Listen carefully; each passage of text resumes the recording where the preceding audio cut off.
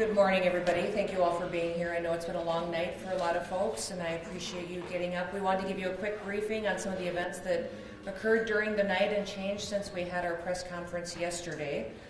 But we did see some cresting on the Big Sioux River overnight. In case we needed any reminder of the destructive nature of water, we are seeing it in real time today. Thankfully, we haven't seen any blocked off areas downstream. We do see a lot of debris flowing in the water. We all need to respect these floodwaters and keep people safe. So one thing that I'm going to ask everybody is to continue to stay away if they can, to evacuate their homes if they can, and to stay off our roadways. Don't come and look at the floodwaters at this point in time. We have seen the Big Sioux crest, but we are still continuing to deal with the Missouri River and the levels that it is at, and then we also are going to continue to see the Vermilion and James crest a little bit later on. As we said yesterday, the situation can change quite quickly. When we talked at our press conference, we expected that we had overnight to build a levee possibly across the interstate, and then within an hour that had changed dramatically. We also had to build that levee within a few hours, yet the city and the Department of Transportation got it done.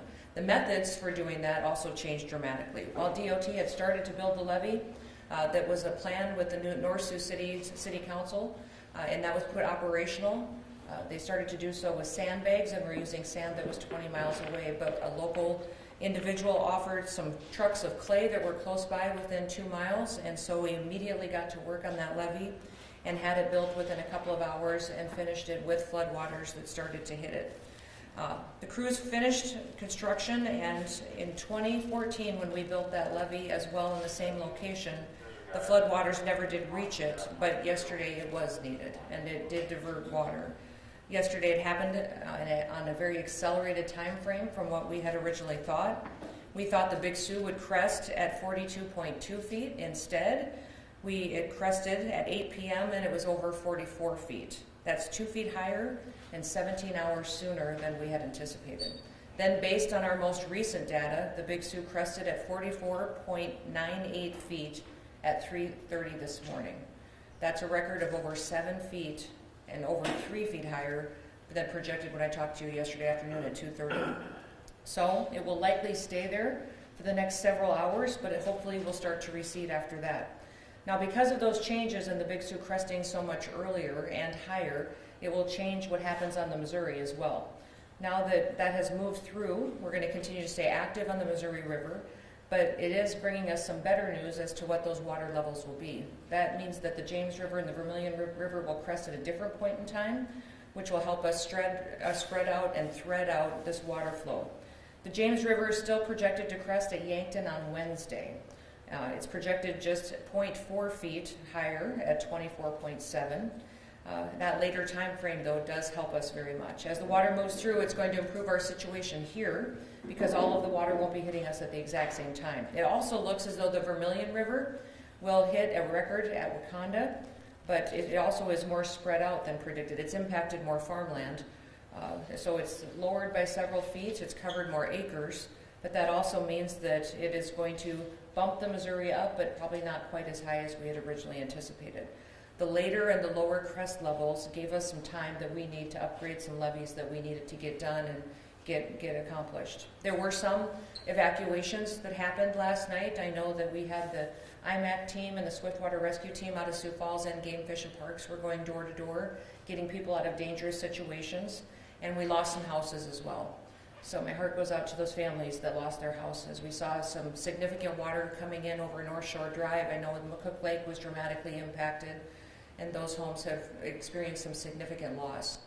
I know that because of the levee system, that is the emergency plan that's followed by North Sioux City, and it was planned and followed successfully, that the industrial park and all of North Sioux City was saved from traumatic damage, but we did see some at McCook Lake, and we saw houses that were significantly impacted. We do have plans in place for a reason. These emergency plans have been in place for many years and have been agreed on by the communities. And while unfortunately mitigated doesn't mean that you can avoid all losses, there are significant losses to many families. And so we're here to offer what support and shelter and help that we possibly can to those individuals that are suffering with those financial and home losses today. We believe that we can open up the interstate by tonight. We're hopeful the water will go down enough. We had previously thought that it would be closed for several days, but because of this change in the situation, we think we could open it up a little bit quicker.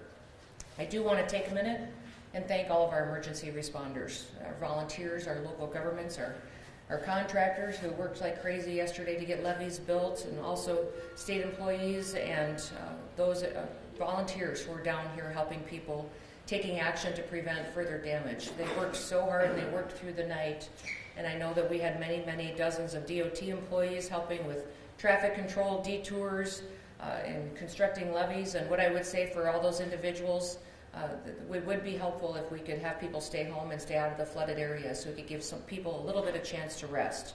We had many Game Fish and Parks employees that have been on 24 hours a day since this started several days ago, and that incident management assistance team is here from the Department of Public Safety.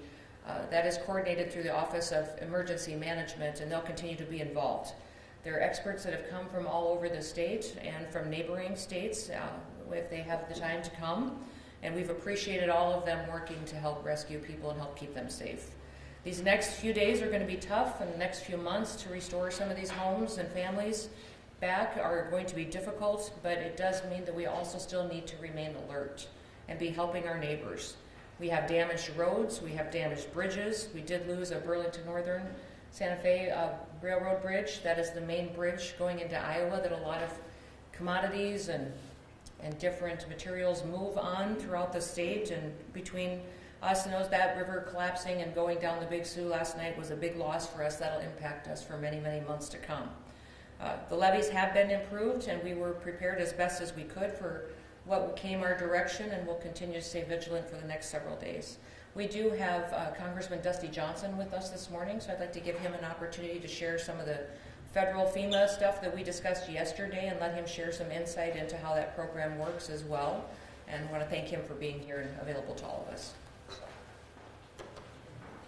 Well, clearly flooding is a tragedy, and our hearts go out to those people who are affected. Some of the factors that I think can mitigate the size of the tragedy are leadership, capacity, and then community. As Chief of Staff to Governor Dugard back in 2011, I saw how those factors came to play, and I'm seeing those same factors today. First off, leadership. You know, I've been able to observe the governor and her team, as well as the incident commander. There's a remarkable level of situational awareness and engagement. These are people who give a damn. These are people who know their business. These are people who are engaged in a very real-time analysis of what needs to happen. That leadership is going to mitigate the sizes of the challenge. Number two, capacity. You can't develop a swift water rescue team overnight. You can't assemble the skilled technicians and the machinery necessary to put up a levee quickly and safely overnight. It takes years to build that kind of capacity. That capacity exists, and these communities are better off because of it. And then finally, a community, people helping people. We saw that in 2011, we saw it in 2014, we saw it in 2019, and of course we're seeing it now. And there is simply no substitute. We can talk about government, and government, of course, is important, but you also need real humans reaching out and doing what they can to help. Two other notes. The governor, of course, mentioned federal assistance. Our delegation's play is going to be, as it always is, and that is to back our governor's play. When she makes a request for a declaration by the president, we will go to the mattresses to make sure that the administration understands that when she asks for something, it's because she needs it. It's because these communities need it. It's because these families need it. Obviously, data collection continues, and we don't know exactly what decision the federal administration will make with regard to things like individual assistance, although I can tell you, having seen some of the damage, having a sense of how high these waters are, I would be surprised if there will not be a robust federal assistance when we talk about recovery. And then finally, with regard to the BN bridge that the governor mentioned, our team is in contact this morning with BN. We're in contact with transportation officials, with the administration, and with the U.S. House. We are still trying to get an assessment of what are the ripple impacts of that. I don't yet know. What does that mean for biofuels? What does that mean for basis on grain? What does that mean for aggregates? But as we get that assessment, obviously we'll be providing that information to the governor and to the communities, and we stand by ready to help however we can. thanks to the governor for allowing us to participate. No, it's been great to have Dusty here this morning too, because he can carry that message back to Washington, D.C. on getting our FEMA declaration and ask processed quickly. Remember, we have 30 days now from the end of this flood event to collect what the losses are. We have to hit a threshold statewide of $1.6 million, which we will hit for sure. We are working with 21 different counties that are impacted, and remember, there's other communities that are suffering as well. We have Mitchell and Yankton and all those along the river that are dealing with flooded basements and houses that are gone and damaged property, but right here is certainly one of the areas that we're seeing that is the crisis situation that needs to be dealt with today. Also, individual assistance may be available. We'd ask people to continue to keep their costs and log those at this point in time, and we'll see if we can hit qualifications for that as well as we go forward. I'd like to introduce Jason Westcott. He's the Emergency Management Director here in Union County. He's been working with everybody. He'll give you a few updates as to what is happening here on the ground, what has been changing. And one more reminder on FEMA, that it's when FEMA does come in and respond to the emergency declaration and the executive order that I signed 2 days ago, I think, 75% of the cost is covered by the federal government, 15% of the cost is covered by the state, and 10% is local.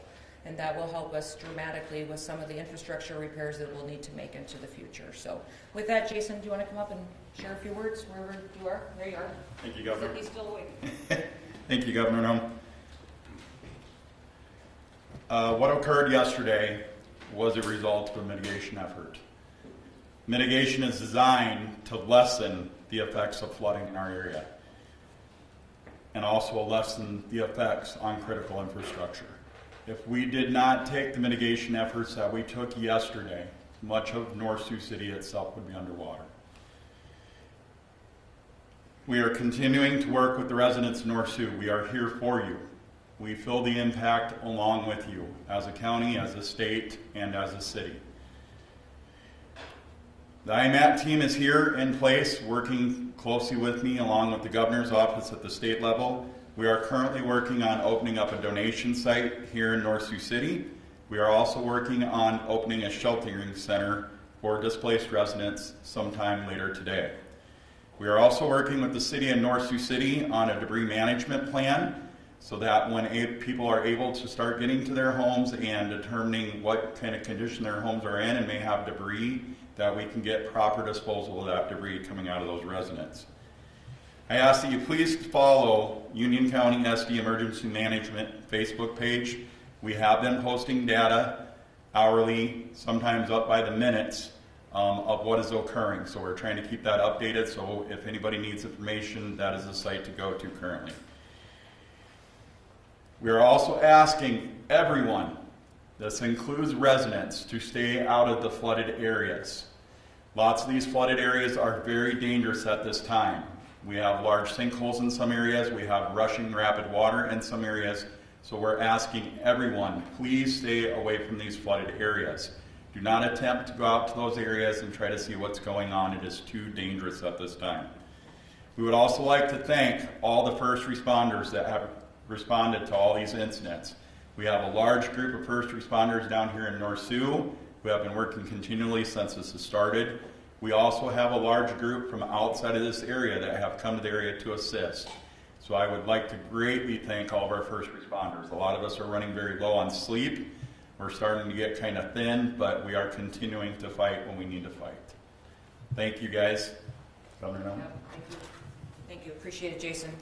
And I'd like to invite up Tim Cowan to share a few words. He's with our Department of Ag and Natural Resources, but he's a geologist that has studied water flows and has been helping us a lot with mapping and modeling, trying to figure out how the water is moving, how quickly it's moving, and where these river levels are at, and what we can do in working with the Army Corps of Engineers on releases. So Tim, do you want to come up and share a few words? Thank you, Governor. The Governor gave you some good information on the current state of the rivers and what we're expecting over the next few days, and I just want to shed a little bit of light on that topic. So we're really dealing with multiple rivers that are creating this event, but the one that's really the topic today is the Big Sioux River. That's what's creating the problems we're seeing here in the North Sioux City and eastern part of Dakota Dunes area.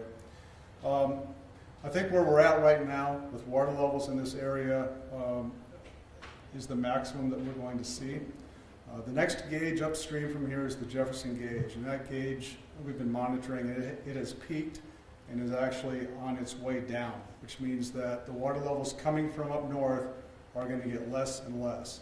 The Sioux City gauge has peaked as well. It's not on its way down yet, but we expect that later today we'll start to see that gauge drop off. And at that point, when both of those gauges are dropping, we really should start seeing significant drop in water levels in this area. The one thing about this flood, because there's been so much volume coming down, is that those peaks are staying up there for quite a while, for hours at a time, instead of just coming and going quite rapidly. So that's why we're seeing the maximum inundation that we have here stick around for a while. Now the other part of the equation here is what's going on the Vermilion River, the James River, and being released out of Gavin's Point Dam. And I'll start with the easy one, and that's what's currently being released out of Gavin's Point Dam. The Corps tells us they're at 24,000 CFS right now and intend to stay that way for a while. Because inputs to Lewis and Clark Lake have become less, it doesn't seem likely that they would raise those releases out of Gavin's Point Dam, and hopefully we may even be able to see some reduction in those releases in a couple of days. The James River would be the next input into the Missouri River downstream of Gavin's Point Dam that will impact this area. That river has not peaked yet. It's anticipated to peak at about 35,000 CFS, and that will happen sometime during the day, probably on Wednesday, and we'll see that water here shortly afterward. The Vermilion River would be the next river that's inputting to the Missouri downstream from there. It also has not peaked. And it's a wild card. The National Weather Service is having some real trouble trying to figure out what's going on there. And so the number that it's going to input to the Missouri is jumping around quite a bit, but they're starting to settle on somewhere between 20 to 30,000 CFS that it will input into the Missouri. So with the timing on this, because that will also happen sometime on Wednesday, and it will take a while for that water to get down here, our feeling is that the Big Sioux will obviously be past its crest and will have dropped enough that we'll be seeing drops in the Missouri by the time those pulses from the James and the Vermilion get here. So I don't anticipate that the Missouri River later in this week would get any higher than it is today, and actually would be lower than it is today. Thank you. No, that's great. Thank you for that. And Moose, did you want to share anything? Do you have? I don't know if you have an update for us as far as the Army Corps of Engineers goes. Yes, ma'am. Governor, Congressman Mike Welch, Gavin's Point Corps of Engineers, flows in, as Mr. Cowman said, flows into Lewis Clark Lake have lowered. Gavin's Point discharge right now is 24,000 cubic feet. Fort Randall's at 3,500 cubic feet to maintain infrastructure at Fort Randall. And we will monitor with the state and stay in communication if we can possibly look at lowering the discharge levels from Gavin's Point. And we are partnering with everybody. Technical assistance is being provided. Corps of Engineers stand by to do what we can to help. Thank you so much. And you just available for questions? Okay, sounds great. Does anybody have any questions for the folks that are up here today? Yes, sir. Bill. Mr. Common, Yep. Do you anticipate Highway 81 north of Yankton at the James River being shut I'm down? going to have you come over to the microphone though when you answer, Jim, so the press can get you. So flows on the James River are peaking near Scotland and just sort of headed toward Yankton. So it is hitting that critical area. I'm not sure how far away the water level is from 81 right now, so I can't say for sure whether or not it will be shut down. Thank you. Yes. Regarding McCook Lake, I don't know who can answer this. Do we know how many houses are gone, have been wiped out, have collapsed? No, we don't. They're out there assessing that right now. There still is significant water there. We do know that there's a pretty high level of houses and range of damage to houses. So we'll continue to gather that information and get it to you as soon as we can. Yes. That's for Jason. Yes. Can you give us an update on the dunes? Is there any flooding on the southern part of the dunes, and then to the west in Windstone and Rivertime Estates that took it so hard in 2000? Currently at this time, we're not aware of any flooding located in the dunes area. Windstone has taken efforts and mitigation efforts and is not currently taking on any water. Riverland Estates, we do have a couple of homes out there that have become inundated, and they are out there taking efforts to kind of lessen that damage on their residents out there. That's kind of an area that's flooded several times before, so the residents out there are kind of used to what they need to do to kind of shore up their houses and do some mitigation.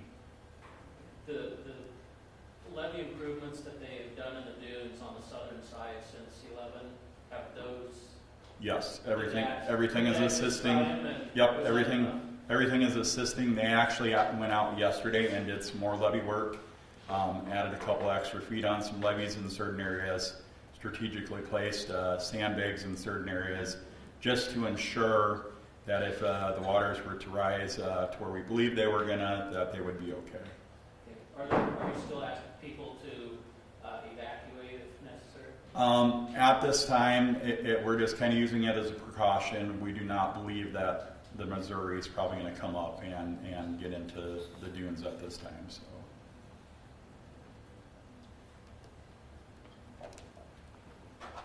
We still believe it would be beneficial if people stayed out of the dunes voluntarily, stayed evacuated throughout today, and especially until we can start to see the interstate open back up and get that levee removed. So today would be wonderful if people would still voluntarily stay evacuated out of the dunes area until we get a lot of this water flow and the high levels of the Big Sioux through the system. Then we'll know more of what we're looking at. As you can tell, clearly things change quickly.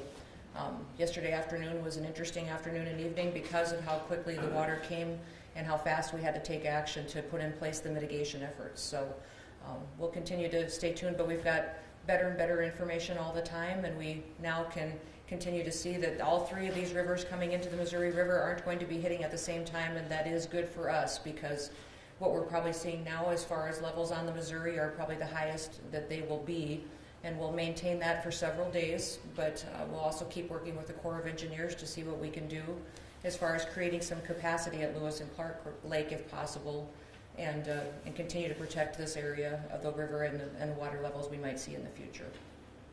Will you still continue to do daily updates? You know, it'll depend on what they'll look like and how we'll continue to do it, but yes, if we continue to see water levels like this, there'll always be updates. They may change location depending on which community we're in. You know, as those other rivers hit up by Yankton, or even I know in Mitchell they're struggling with some water issues as well. They may come from different parts of the state as well. Yes. Morning, Governor. Morning. One of the things that we're being impacted by in Dakota Dunes and North Sioux City is that the semi-trucks are not following the detour. They're thinking they can come up farther and go west, and there's no way for them to go. Just coming over here from Dakota Dunes exit, I followed 3 semis that are now trying to figure out, one turned west and one went north, and they're going to run into nothing. Okay. So they have to turn around eventually and go back. I don't know if there's anything we can do to get a message out to them, you know. Yeah, we're going to have to put some effort out there then to redirect that traffic and make sure that they're not. Yes. Speak about that just a quick moment. So we have been in touch with South Dakota DOT and also Iowa DOT. As always, we have a human factor in play here. The Iowa signboards are up saying that we are closed this way. South Dakota 511 and Iowa 511 are both reporting there's a closure this way. So people should be well aware this area is closed. Problem is, not everybody reads that and understands what's going on, and they believe that, well, I can get up there and I'm getting around it, but that's not the case. So as we reiterated before, South Dakota 511, Iowa 511 are both showing the closure in this area. So, thank you. Okay. I think probably for you. Okay. The water came into McCook Lake extremely fast yesterday. Do you have an estimate on how many people your team had to rescue or how to help out of their homes with how quickly that water came in? At this time, I do not have a specific number. What occurred, kind of like Governor said, we started out with a low flow, and at that point we were very comfortable. It picked up very rapidly within about 30 minutes. At that point, we were already getting ready to deploy swiftwater rescue teams because we knew we were going to have an issue. A lot of people were able to get out of their homes by themselves, get their belongings, get in a car, and get out of that area. It came to a point where North Shore got so inundated that we started deploying boats.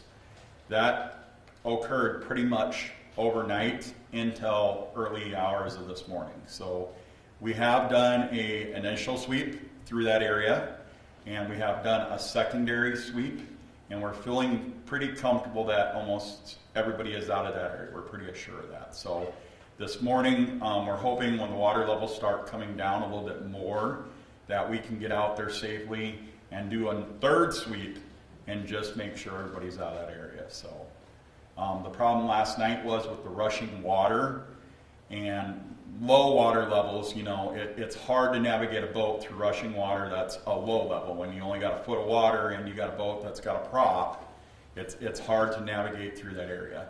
But we have Sioux Falls Swiftwater Rescue Team down here. We have several teams from Game Fish and Parks down here. They have very extensive training on doing this type of work. So that's kind of why I thank those volunteers. They came in and said, we're here to assist. They're very well trained people, and they do the job very efficiently, better than we can do at a local level. So, how many people had to be rescued out? I do not know that exact number because, like I said, it was occurring all the way through the flood until the wee hours of this morning. So, is it just folks that live around the lake, or yes, just that area around North Shore. We got time for one more, folks. I guess, Governor, do you have a message for those that are directly impacted, especially those who've lost their homes? Yeah, I'm thankful that we, you know, if you remember throughout this entire incident, we did have one loss of life. And so the perspective of how dangerous this is becoming very real for that family. And for every family, I hope that they'll continue to keep their personal safety and their family as utmost importance of getting into a safe situation and staying out of floodwaters. And I know a lot of families have lost their personal property. They've had damage to their homes. It's going to impact them for weeks and months and yet to come. And we're just deeply grieved by what we see as far as damage and what they'll have to deal with. But we'll be walking alongside them and be offering all the resources that we possibly can to help them get back to normal as soon as possible, as soon as we see these high waters recede and move out of the area. So we'll continue to communicate with them. Please stay tuned on road closures. SD511.org is where you go on road closures and other notices. Continue to follow all of our social media pages. I do want to thank Jason for doing a fantastic job as an emergency management director. He's done a great job in coordinating everybody and being the lead on this operation in this area, and it's been fantastic. So with that, did you have something? Just real quick, Jeff Dooley with, in this case, Dakota Noem School, Dakota Valley School District.